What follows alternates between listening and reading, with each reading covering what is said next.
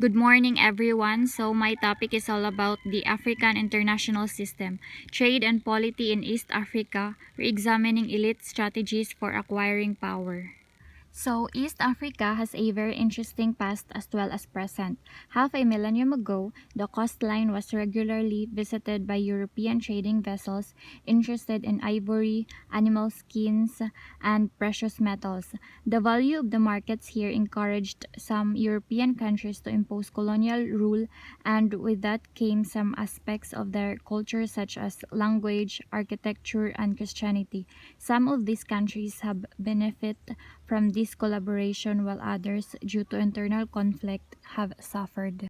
So, for the details, the elite used different strategies to develop and maintain social, symbolic, economic, and political power.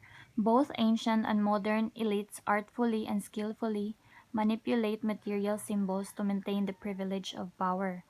Kiswahili is one of more than 800 Bantu languages spoken in sub-Saharan Africa. Timeline: An African urban civilization emerged along the East African coast from Somalia to Mozambique around 600 CE. Introduced on the East African coast around 800 CE, Islam gradually expanded to become the primary religion and means of elite cultural expression by the time of European contact in early 1500 CE. Direct coastal interaction between Asians and Africans increased in intensity and significance only after 600 CE. The early relations, 1000 to 1300 CE, between the East African political elite and foreign traders began as a patron-client relationship.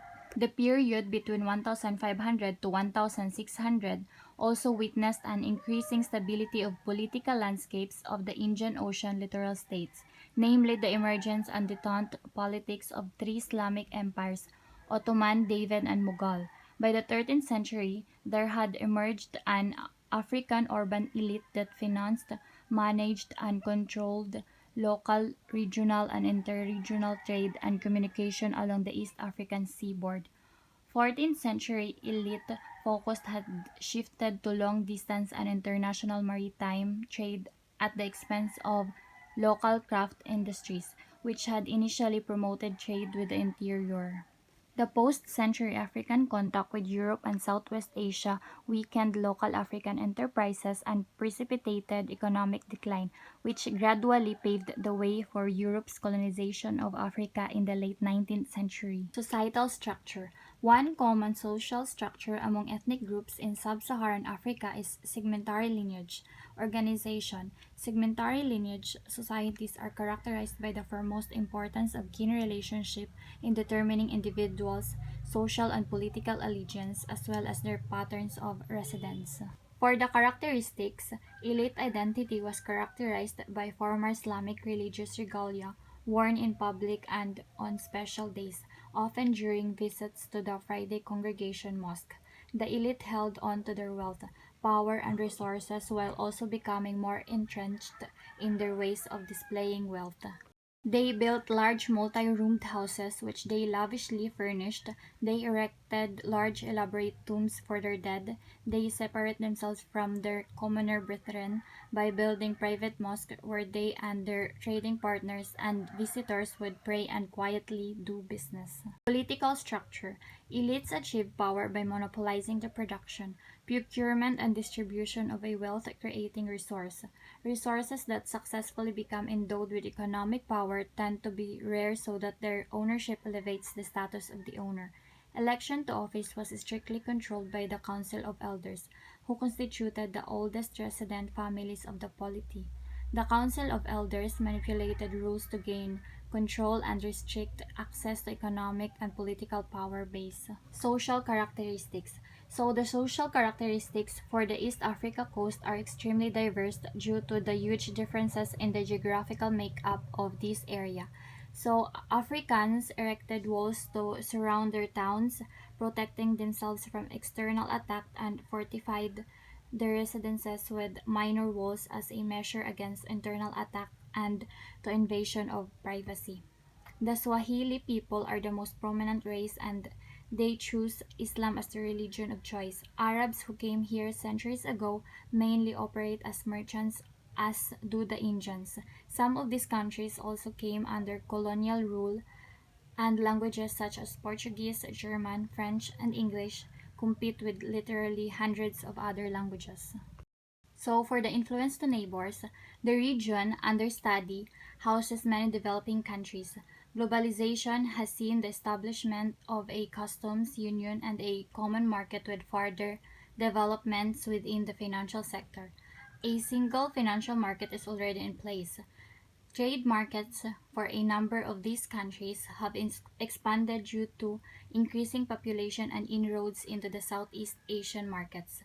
Many of these countries are in a total economic mess due to internal conflict and are regarded as the world's poorest in terms of income per head of population. Economy and trade. Trade in rare, highly desirable prestige goods almost inevitably requires control and management of exchange networks. Elites may conquer the area of desirable resources, arable land, cattle, precious metals, obsidian, or ivory, for example, and bring it under political control. The economies of these East African countries have suffered greatly because of civil war, which has disseminated population as well as the economic infrastructure.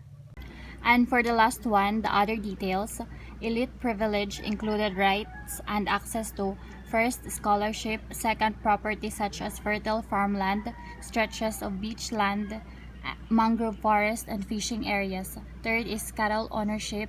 Fourth is stone houses in one's own town ward. Fifth, receive, entertain, and trade with foreign traders. Six is elect town and mosque officials. 7. Use the royal horn at weddings. 8. Hold hereditary offices of prison warden, keeper of the town treasury, warden of the sea, and kateb, Friday preacher. And the last one, the ninth, slaughter the expiatory ox after the cleansing ritual of Kusinamoy, going around the town in a procession. In modern literature, especially in fantasy worlds, city-states tend to have a very common appearance. Whenever they do come up, they usually take one of three different forms. You have the trade city-states, modeled after either Venice or Genoa. You have the cultural city-states, modeled after either Athens or Florence. And you have the militaristic city-states, modeled after either Sparta or every medieval Italian city-state ever. Through this, the term city-state tends to have a very Eurocentric connotation, unless it specifically falls under the category of desert oasis trade hub, which it could. The thing we tend to forget is that there have been many other city-states across history with their own unique cultures, languages, economic systems, and architecture. So today we'll be taking a look at the Swahili coast in specific and their impact across the world.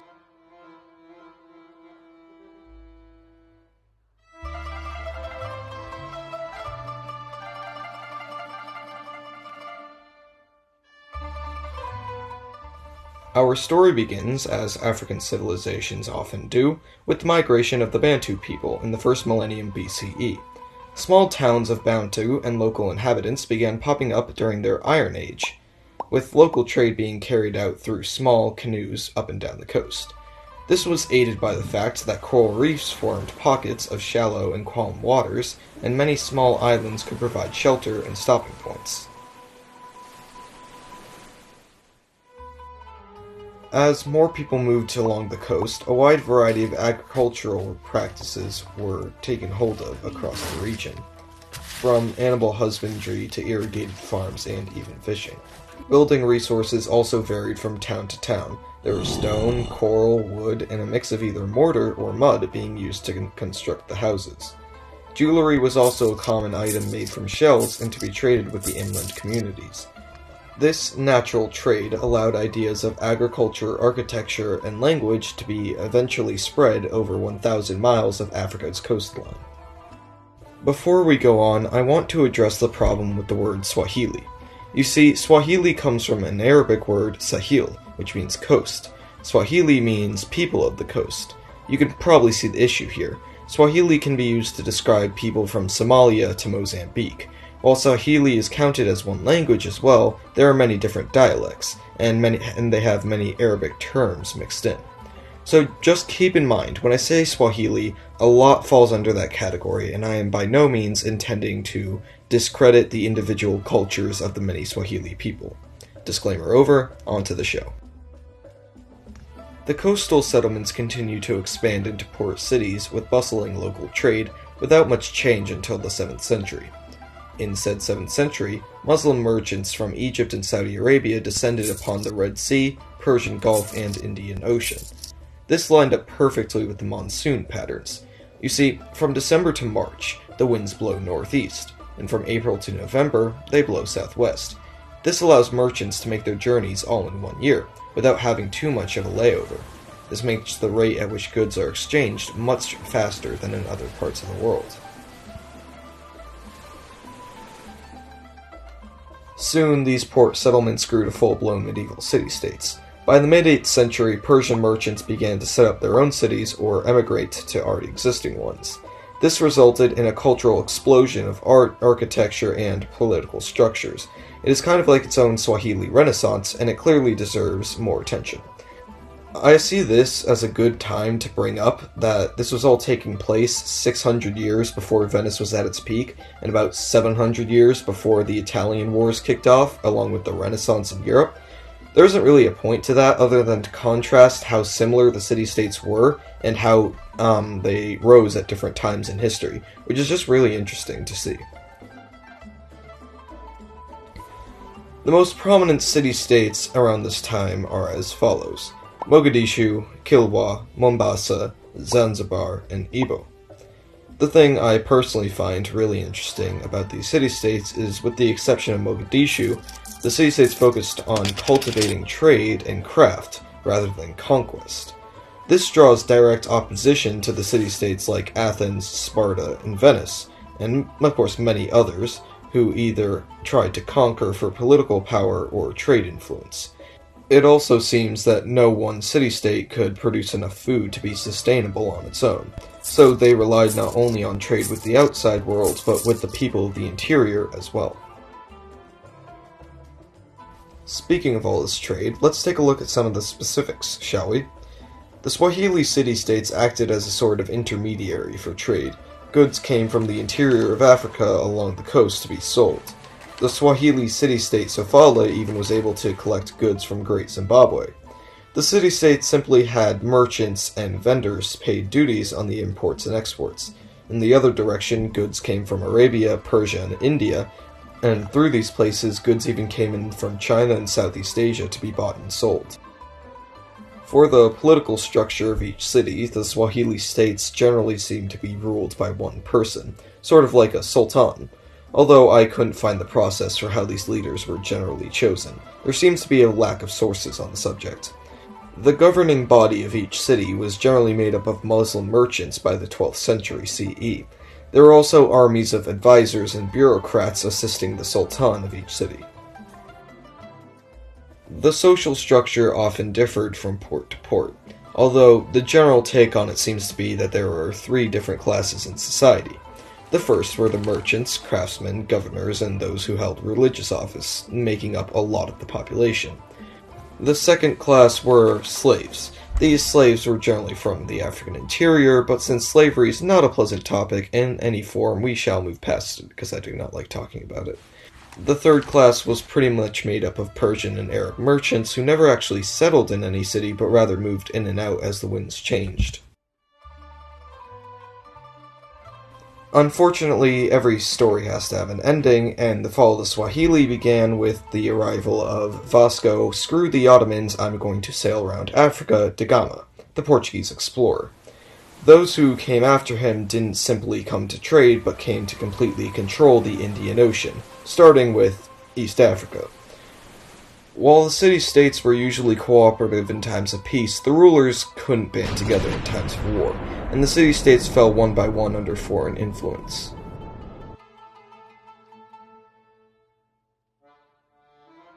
The Portuguese constructed forts at Sofala in 1505 and Mozambique Island in 1507, securing their hold over the East African trade. The Portuguese ruled with an iron fist, extracting whatever resources they could for as little cost as possible. Even as trade shifted north and East Africa became a less valuable venture, the Swahili city-states were almost gone. Some continued to trade slaves and ivory for a while after, but it would never be the same again.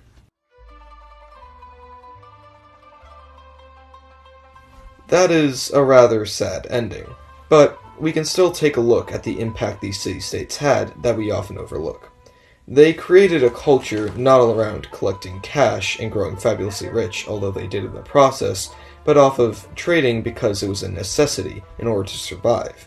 Up and down the coast, these maritime kingdoms shared commodities, religion, architecture, and language, and even after they were gone, their culture still lives on in the Swahili people, and that is something we should never forget. Thank you for watching. I hope this video was able to give you an appreciation for these often forgotten cultures. If you want to check my sources, they should be in the description. If they're not there right now, I will add them at a later date. If you have a suggestion for a future topic, comment them down below, and I will add it to the list. This has been the History Broadcast, signing off.